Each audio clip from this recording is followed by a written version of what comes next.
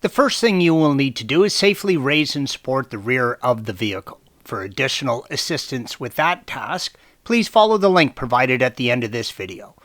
Before removing the pads, you will need to remove the spring clip, red arrow, and the brake wear sensor, yellow arrow. You will also want to check your brake fluid reservoir.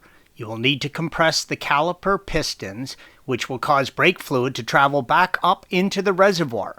You need to make sure there's room for it, red arrow. Carefully clean around the reservoir before you open it, as you do not want any dirt or debris getting into it. Be prepared to use a turkey baster or a fluid pump to extract some brake fluid if necessary.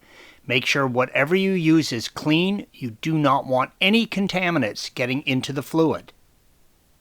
You will need to loosen the wear sensor to replace the brake pads, so release it from the caliper and where it clips into the brake lines, red arrows.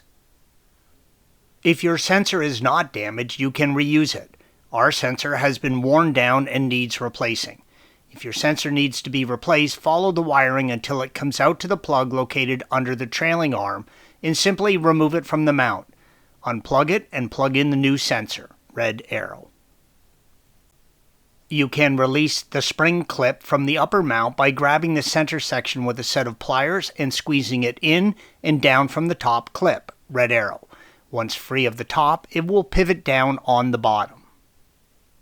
These pads are worn past safe usage and should have been replaced a while ago. You can see the wear sensor has been making contact with the rotor, yellow arrow, and the pistons are almost fully expanded, red arrow. Use a screwdriver between the pads and the rotor and push the pads back against the caliper pistons until you can pull the pads out. You can see that the wear sensor has been rubbing against the rotor for a while, red arrow. At this point, you will be pushing fluid back up into the reservoir. Make sure to check the level in the reservoir and remove fluid as needed. The material is thin enough on these pads that they have cracked in half, red arrow. Do not let your pads get worn down to this point.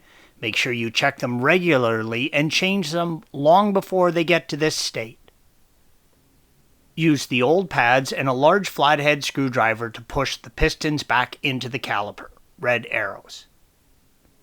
Again, make sure to check the reservoir. If the pads were really worn like the one in our car, the fluid level was high, you will need to push the pistons a fair way to make room for the new pads. If this happens, use a turkey baster or fluid pump and carefully remove some fluid from the reservoir. Here you can see the pistons on the outside of the caliper have been compressed back to make room for the new pads, red arrows. While we still need to finish compressing the inside pistons, yellow arrows.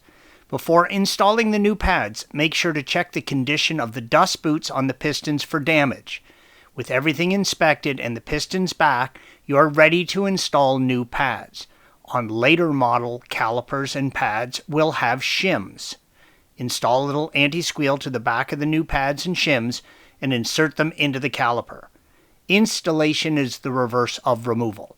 Do not forget to top up the fluid and put the cap snugly back on the reservoir. Pump the brakes a few times to move the pads and pistons into position. And then always follow the brake instructions that come with your new pads. Thanks for watching. Be sure to subscribe to our channel and check out another video in this series.